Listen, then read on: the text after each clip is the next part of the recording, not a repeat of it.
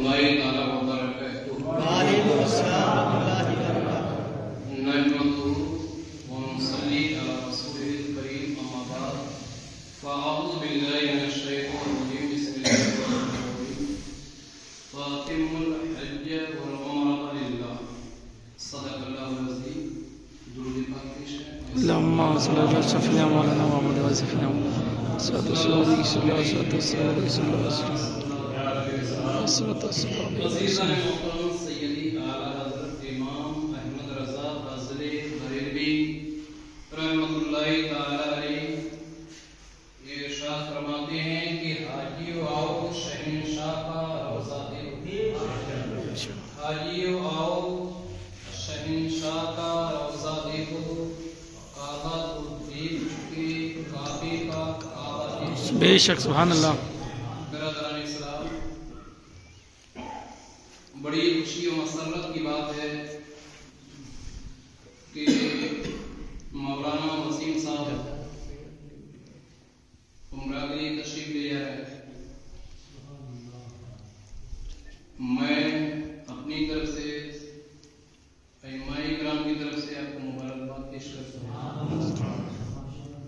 اور قابل تعریف ہے جناب ناظم صاحب، قاسم بھائی صاحب، محسن بھائی، آکاش بھائی، سنو بھائی، دیگر اور بھی محلے کے لوگ ان کی کاوشیں محنتیں.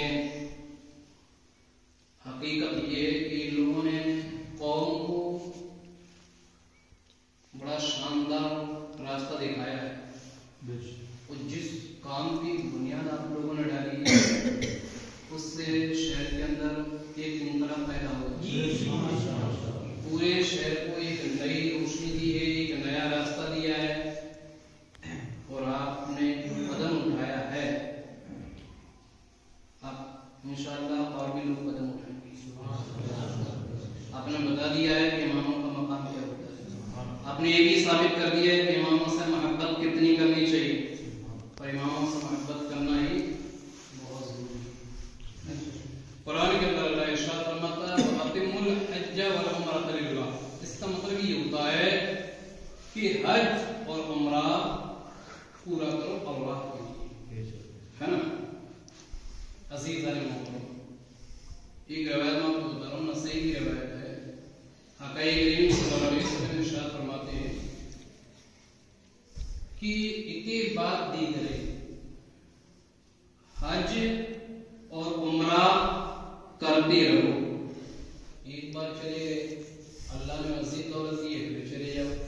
اللہ نے مزید دولت دی ہے پھر چلے جاؤ. حج کے لیے چلے جاؤ، عمرہ کے لیے جانا چاہتے ہو عمرہ کے لیے چلے جاؤ. جاتے رہو جاتے رہو. لیکن پھر سوچیں گے آپ لوگ بھائی بار بار جائیں گے تو حج کے لیے اگر گئے تو 4-5 لاکھ روپے خرچ ہو گیا. عمرہ کے لیے گئے تو 1,20,000 سے قریب خرچہ ہو گیا. 1.5 لاکھ روپے کے قریب خرچہ ہوگا. تو یہ پوری دولت ہی خرچ ہو جائے. پوری دولت ہی اسی طریقے سے پوری چلی جائے گی تو مسئلہ بڑا مسئلہ ہو جائے گا. مسئلہ بن جائے گا. لیکن میرے آقا ارشاد فرماتے ہیں کہ حج اور عمرہ کرنے سے دولت میں کمی نہیں آتی بلکہ آقا ارشاد فرماتے ہیں کہ دن بہ دن اس دولت میں اضافہ ہوتا رہے. بے شک. تو اس حدیث سے ہمیں کیا معلوم چلا کہ ان راستوں پہ سفر کرنے سے، حج اور عمرہ کرنے سے اس میں جو پیسہ ہے دولت جو خرچ ہوتی ہے تو ہماری دولت میں سے کمی نہیں آتی، مزید اضافہ ہی ہوتا. اس کے علاوہ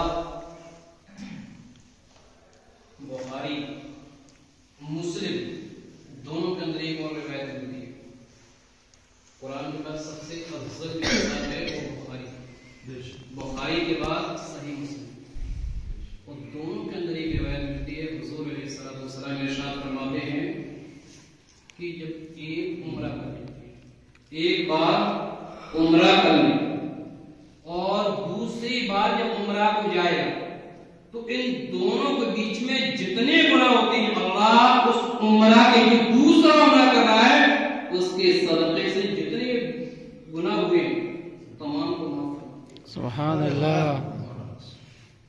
تیسری روایت ابن ماجہ. آج ہمارے جو مہمان ہوتے ہیں تو ہم بڑی عزت کرتے ہیں. مہمان کئی قسم کے ہوتے ہیں صاحب. مہمان کئی قسم کے. میں آپ کو بتا رہا ہوں.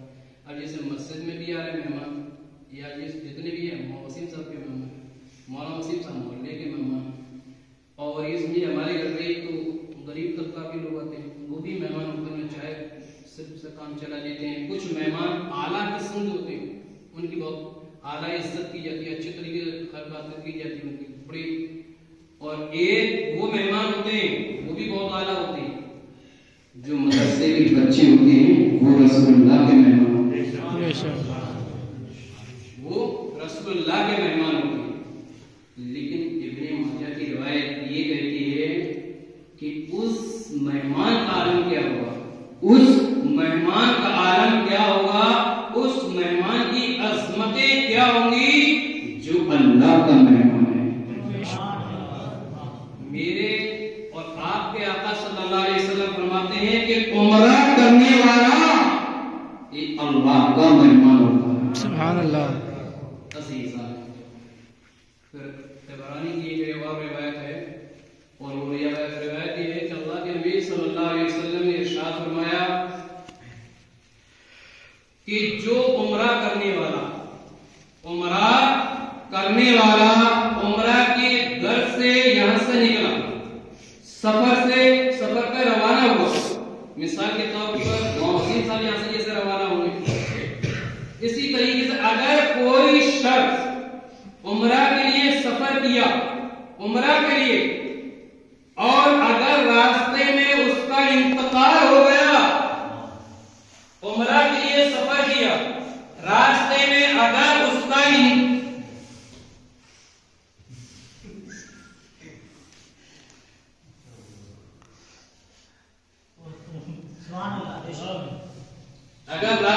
کا انتقال ہو گیا تو آقا کریم صلی اللہ علیہ وسلم فرماتے ہیں قیامت تک اس کے نامہ اعمال میں عمرہ کا ثواب لکھا جائے. سبحان اللہ. عزیز محترم, اور عمرہ کرنا یہ نبی پاک صلی اللہ علیہ وسلم کی سنت. بے شک. کتب طباری کے اندر یہ روایت ملتی ہے, آقا کریم صلی اللہ علیہ وسلم خانہ کعبہ کی کنجی تھی عثمان بن طلحہ کے ہاتھ میں, اور یہ 2 دن خانہ کعبہ کھلتا تھا. یہ جمعرات کے دن, ایک پیر کے دن 2 دن کھلتا تھا. اور 2 دن جب کھلتا تھا تو ایک دن حضور علیہ السلام نے بھائی چابی دے دی. کس نے منع کر دیا؟ عثمان بن طلحہ نے منع کر دیا. کس کو؟ حضور کو منع کر دیا. حضور کو منع کر دیا. جب چابی کے لیے منع کیا ہے, کنجی کے لیے, تو میرے آقا نے ارشاد فرمایا اے عثمان بن طلحہ, چابی نہیں لیتا ہے تو مت دے, لیکن اتنا یاد رکھ, ایک دن وہ آئے گا, ایک تاریخ وہ آئے گی, ایک اتہاس وہ بنے گا, کسی خانہ کعبہ کی جو کنجی ہے یہ میرے قبضے میں ہوگی, میرے قبضے میں. تو عثمان بن طلحہ نے کہا کیا قریش کے لوگ مر جائیں گے, کیا قریش کے لوگ ہلاک ہو جائیں گے, کیا قریش کے لوگ تباہ ہو جائیں گے جو آپ کے ہاتھ میں ہوگی؟ میرے آقا نے فرمایا ہے عثمان بن طلحہ, آسمان تو پھٹ سکتا ہے, زمین اپنا کلیجہ چاک کر سکتی ہے, لیکن یہ محمد رسول اللہ نے جو بول دیا ہے یقیناً سچ اور حق ہوتا ہے.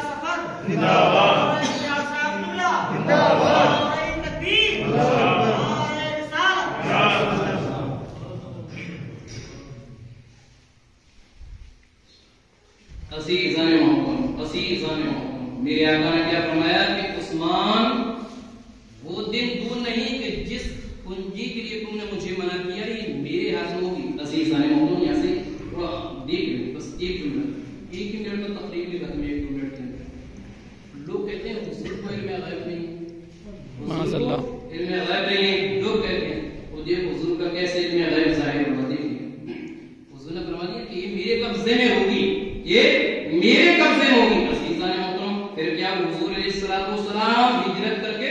مدینہ شریف پہنچے. جب مدینے پہنچے اس کے بعد جب مکہ فتح ہوا تھا، جب مکہ فتح ہوا تھا اور جب مکہ فتح ہوا تو پھر کیا ہوا؟ آقا کریم صلی اللہ علیہ وسلم بڑی شان اور بڑی شوقت کے ساتھ سب سے پہلے اگر میرے اور آپ کے آقا صلی اللہ علیہ وسلم داخل ہوئے تو خانہ کعبہ کی طرف سرکار نے قدم بڑھایا. بے شک. جب خانہ کعبہ کی طرف بڑھایا میرے آقا نے فرمایا عثمان بن طلحہ کو بلایا جائے. عثمان بن طلحہ آئے، حضور نے فرمایا اے عثمان چابی دی جائے. سبحان اللہ. چابی دی جائے. چابی نکال کر دی. جب چابی نکال کر دی ہے عزیزان محترم، جب چابی نکال کر دی تب میرے اور آپ کے آقا صلی اللہ علیہ وسلم نے ارشاد فرمایا کہ اے عثمان تجھ سے میں نے کہا تھا کہ محمد رسول اللہ نے جو بات کیا ہے وہ یقیناً حق ہو کر آئے گا، اور تم سے جو میں نے کہا تھا کہ ایک وقت وہ آئے گا آج تیرے ہاتھ میں کل یہ چابی میرے ہاتھ میں ہوگی، میرے ہاتھ میں. اور یہ سے یہ بھی ثابت ہو گیا کہ میرے آقا صلی اللہ علیہ وسلم آگے کیا ہونے والا ہے میرے نبی وہ بھی جانتے ہیں. سبحان اللہ. میرے آقا وہ بھی جانتے ہیں، اسی لیے قرآن نے نعرہ دیا آنے والا غیبی ولا یسیرو ولا غیبی آمن اللہ ویتصر کہ کیا بتانے والا اپنے غیب پر کسی کو مسلط کرتا ہی نہیں ہے سوائے اپنے پسندیدہ رسولوں کے. سبحان اللہ. اور